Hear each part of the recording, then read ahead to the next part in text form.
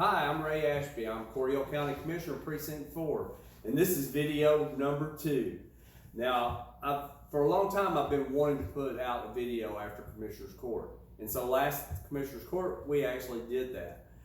It was a pretty fun video, and I got to tell you a little story about what happened to me prior to court starting, where I had to go down to the emergency room because I ran the thermometer, did my temperature at 101.9, but it really wasn't. And so today I decided in the second video that I would try to get a little more content in as far as what happened in court today. So I brought my agenda out, and I'm going to go through the agenda, and some of the stuff will be mundane and routine, but some of it will be interesting to you, and I'll try to skip over as much as I can. I want to make this video as short as I can so that you'll watch the whole thing and you won't cut it off, okay? So before we get started though, I would like to do something. I would like to say a little prayer for everybody. Dear Heavenly Father, I just want to thank you for being who you are, and I just want to pray that you look after our world today as we're dealing with all the things that are going on. Lord, we have more than one, and we know you're watching after us, and we want to just pray for our government, pray for our president, pray for everyone, that we can all make it through this and we can get back to some normalcy, Lord. And I just want to thank you for all that you do. In your precious name I pray. Amen.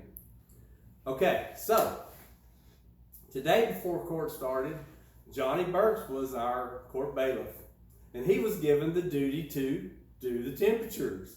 Well, he goes around, guess what? He takes everybody's temperature. Everybody's got a normal temperature until he comes to me, and he beats me 101.8, and he just looked at me, and I said, I ain't going nowhere. And he goes, huh? He goes, you got 101.8. I said, no, I don't. For some reason, that thermometer thinks I do, but I don't. If you remember my story from last time, I had literally got up and went to the emergency room to find out that I was 98.7 in the emergency room. So it's got to have something to do with this shiny tan head of mine, I guess, because I think the laser just beeps off wrong.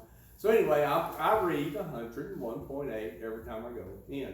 And so don't get scared. Even Don asked, he said, Don Jones asked today, he said, did you get a test last time you went? No, I didn't. But I'm fine. Anyway, that happened this morning first thing, and I thought it was kind of crazy. But today I'm going to go over the agenda and try to keep things kind of moving. I'm going to skip past any other stories and let's just move on. So what we're doing right now in Commissioner's Court is the court is meeting along with the secretary and the county attorney and a few others.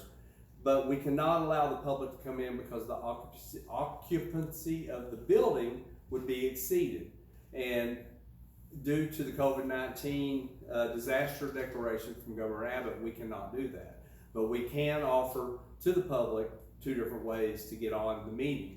And the 2 ways is either by telephone or by Zoom teleconference. Now, all the information will be on my commissioner's page, and you can just pull it up there and you can see how to get on. You'll be able to communicate, you'll be able to do the form at the beginning if you'd like to say something, and you can ask questions. There's even typing.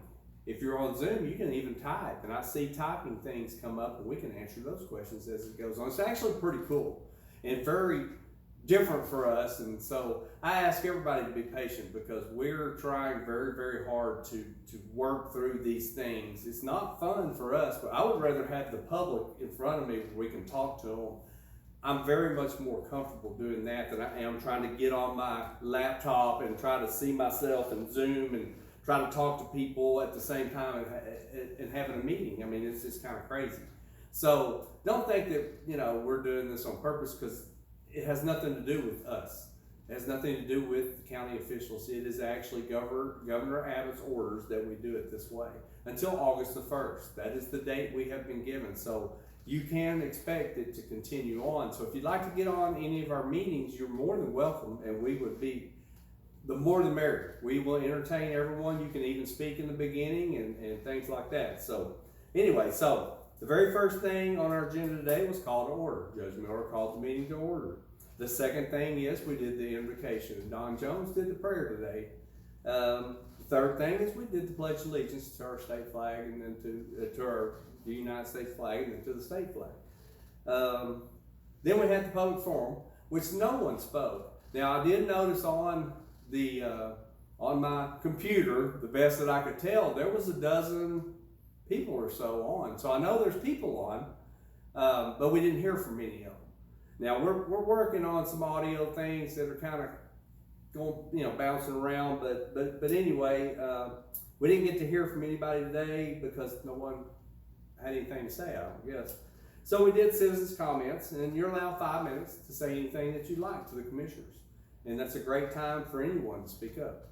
So no one did that, and we allow 30 minutes in the beginning for that too, guys.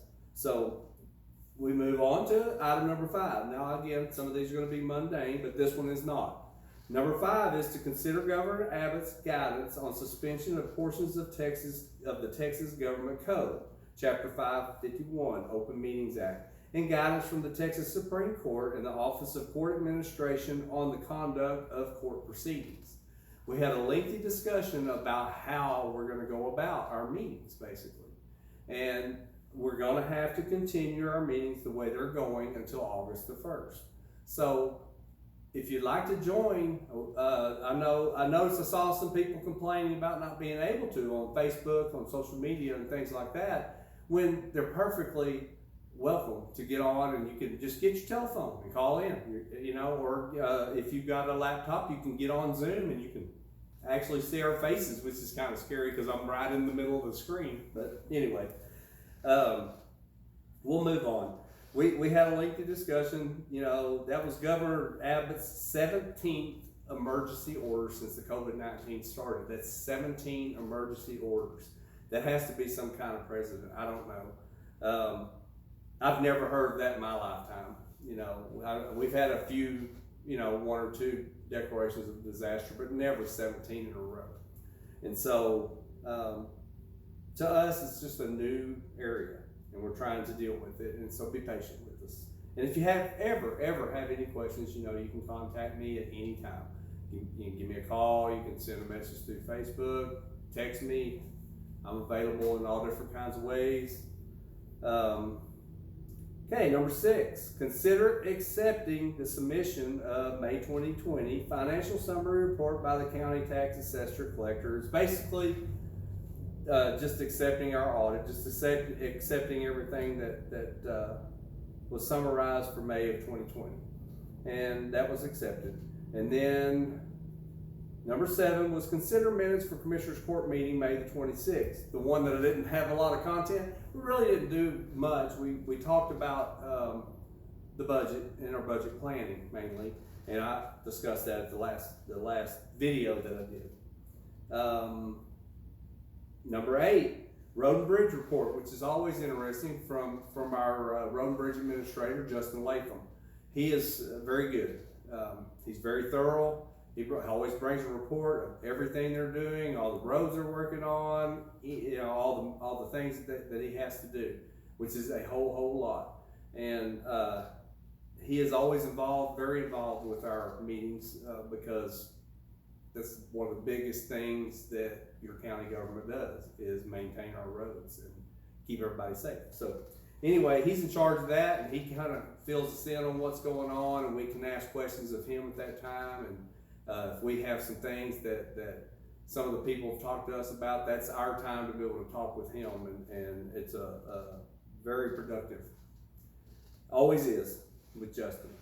And so number 9, consider accepting Cedar Ridge Road and Green Lawn for county maintenance. It's simply just accepting one of the subdivision roads for the county to take over and maintain. Number 10, which we accepted. You always do unless there's an issue with the road. Number 10, consider accepting Colton Drive in Riata Ranch subdivision for county maintenance, which was discussed by Judge Miller and our county attorney, Brandon Belt. Some of those roads were accepted way back, but they really don't meet county specs. But we're going to go ahead and take them because they were accepted back in 2009, before my time, before any of our times. And so we discussed just getting those roads up to par. Number 11, consider adding the remainder of Cedar Ridge Road from Rocky Road to the end and to the county road maintenance list. Another road that we just added. And all of these roads were up in Cedar Ridge. It's just some house cleaning that we had to do for the Road and Bridge Department to give them guidance on what they need to do as far as maintaining all the roads up there. You know, some of them weren't being maintained and needed to be, and so forth. But we ran into another problem, which brings up number 13. Is consider the county's position on extraterritorial jurisdiction agreements with the City of Gatesville and the City of Copperas Cove, and actions required to move forward with these changes. Well, at the last legislation, they made new laws that went into effect that really affect these subdivisions that are within so far the city limits, or close enough, I don't know how to explain it, close enough to the city limits where the city can provide services to them, but they're outside the city limits, so it's called an extraterritorial jurisdiction. It's where the county and the city kind of overlap. And what happens is the county does the roads, and the way a subdivision works is when it is put in, if it's legal, they have to come to Commissioner's Court, ask for permission. We oversee it, we look, we tell them what we need. That doesn't happen in the ETJ.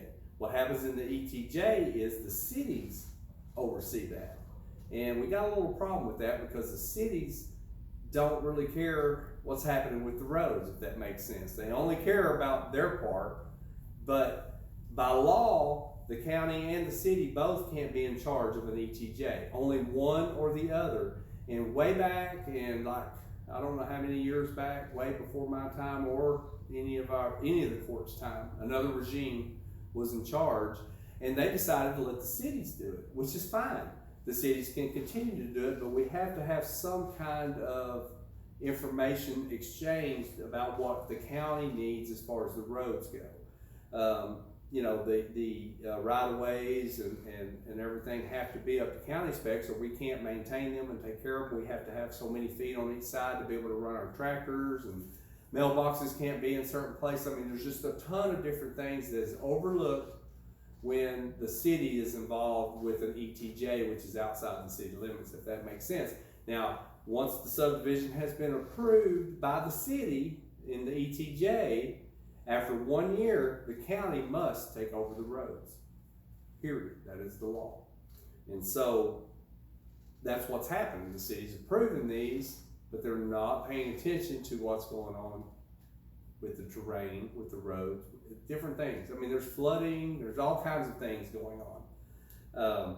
So we want to be more involved, and since the legislation has changed, this gives us a chance to re-look at this, so to speak, and try to get our 2 cents in with the cities. Not that we're fighting with the cities or anything like that. We just want to be part of it and be able to tell them our part, you know, and then let them do their job. And if they want us to do it, we're actually we deal with more subdivisions than they do. All the subdivisions in the county we deal with on our side of the ETJ, sorry, so many acronyms. But so, you know, we're equipped to handle it, and we don't mind. So we're going to make this offer. You know, we've drawn up some papers, and we're going to take them to both the cities, and we're going to see what we can do to modify some of the ETJ stuff. That was a big, long conversation. It takes a long time for all of us to get our inputs in, and I would love for anybody that's watching this video that's never listened to a commissioner's court, you should, you know, and you can hear us talk about things and our opinions on all these things.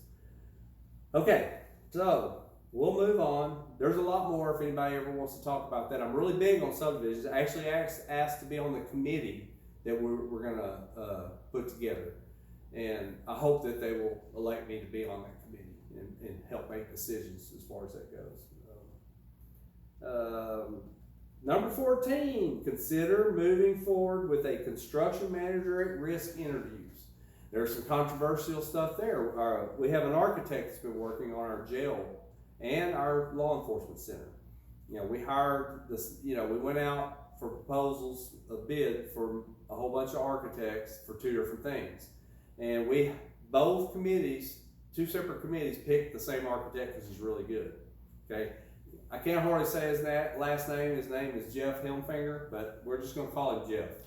Okay, Jeff is in, the last time before COVID hit, things have gotten really screwed up because we were on a good track with the architect. We were meeting about once a month, twice a month. We were working on things. We had actually narrowed down. A construction manager at risk is the main guy, the main builder, and we need to hire one now so that he can work with the architect to get the designs and the proposals and all the money and everything together to see if we can't get these things built. So the discussion was, where are we at? Are we ready to hire a construction manager at risk? And I think we are, and we are at that part of our contract with the architect where we need to. We had already narrowed it down to only 2.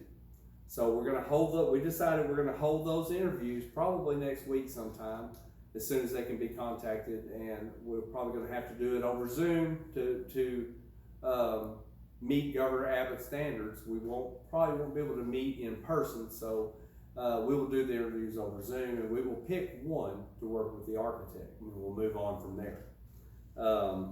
That's where we left that at.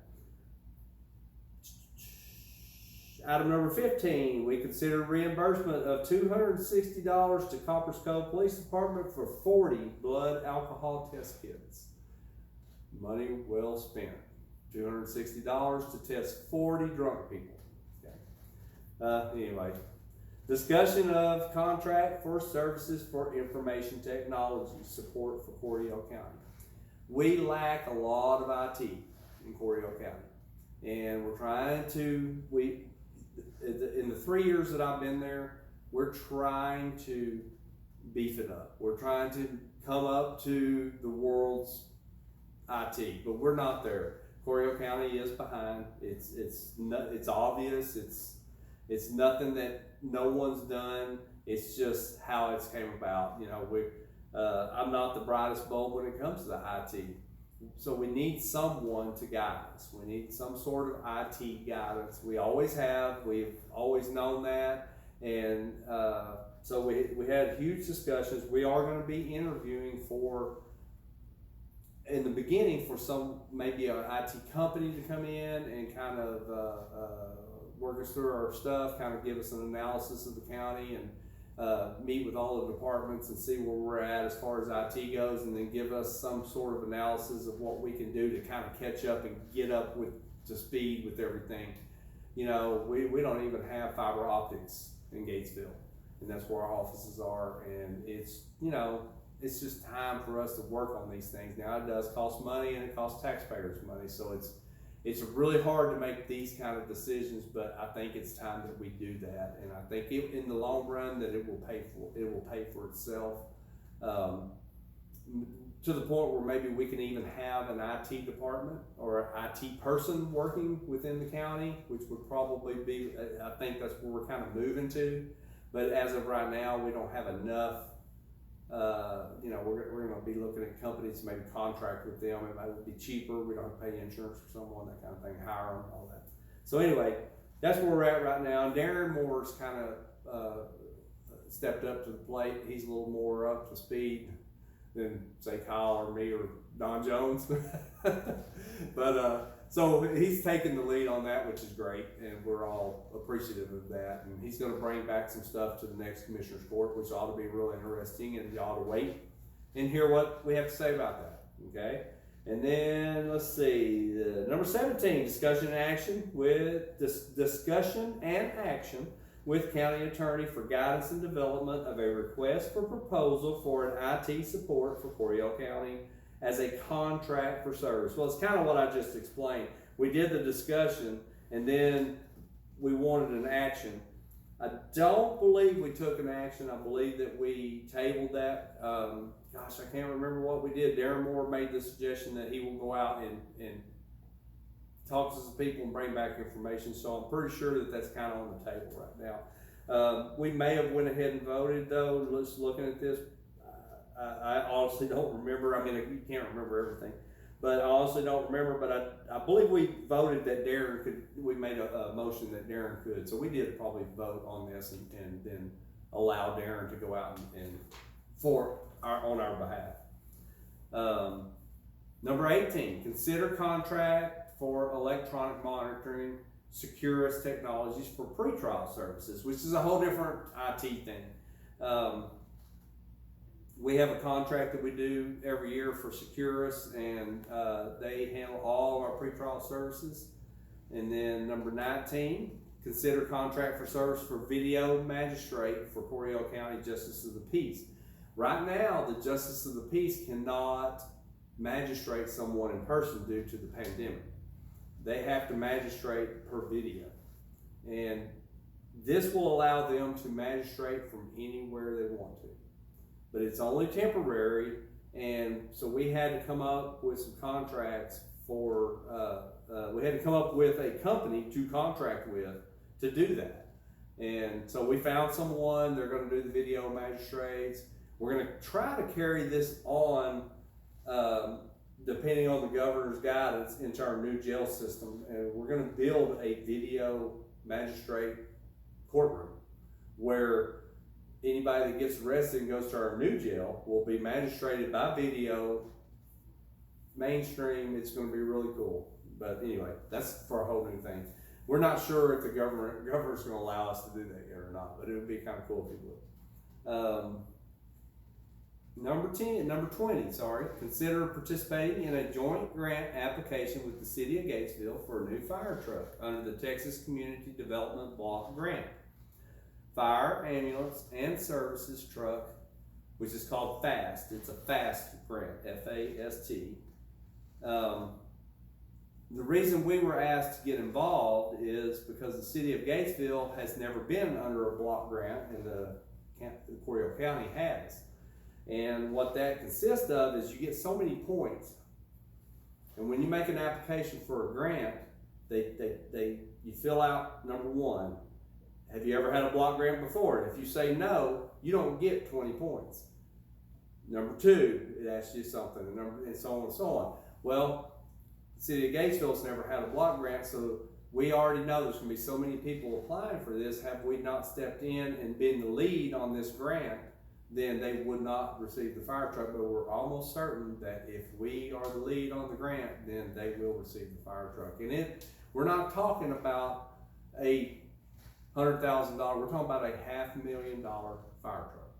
So it's well worth it. The City of Gatesville has already said that they would fund, because you have to match the grant. It's costing the county nothing.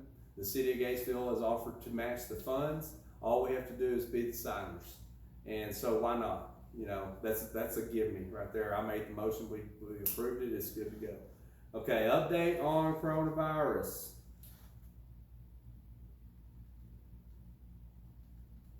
That was done by Judge Miller and Bob Harold, our emergency management coordinator. They just basically gave us an update on the counts, and the counts are pretty much staying the same. There's a little struggle with TDJC, getting information from them, but that's okay. You know, we're working on it. But the good thing is that we're not getting any higher as far as the counts go. Not getting lower yet, but you know, since we've opened up, you would have thought we'd gotten a little higher than we haven't. So that's a good thing. Anyway, the update was very positive. There's not a whole lot else going on. There's no more deaths. There's no more, you don't hear of a whole lot of real bad sicknesses right now. Not very many in the hospital or things like that. So the update was good. Then item number 22 is pay the bills. Well, Coryell County pays about $1 million a month in bills or more. And we have to watch every dollar. And so we get a report and we read through the report to make sure that there's no mistakes or errors, and then we consolidate our, you know, each of us consort with each other and decide, yep, all the bills look good, let's pay them. Once we say that, then all the checks roll out, and that's $1 million a month, folks, and it's your money. And you trust us to do that. And it's very important to us. That's why we do it on an agenda. Then we have the commissioner's reports, which there wasn't a whole lot today. each commissioner gets a chance to talk about the things that they are dealing with or whatever. And I don't believe we had hardly any of us really had a whole lot to report from the last commissioner's court. And then the judge's report. And the judge basically went over Governor Abbott's, or reiterated Governor Abbott's orders and reiterated the COVID, that we still need to keep social distance, we still need to mask up, we still have to have our meetings this way till August the 1st and things like that. And as long as we do these things, we feel like we'll be a lot safer. And that's pretty much all that was said, and then we adjourned. So folks, I don't know if this is going to help you a whole lot. I probably stumbled through some things. I probably said some things that, but we deal with a whole lot. This seems like this is just one page of something, but there's packet after packet after packet. There's information after information that we have to deal with, and we have to read it, we have to understand it, and then we have to discuss it, and we have to vote on it, and we have to spend your money on it. So it's very important. It's very important to us, and just want to thank y'all for letting me do that for you.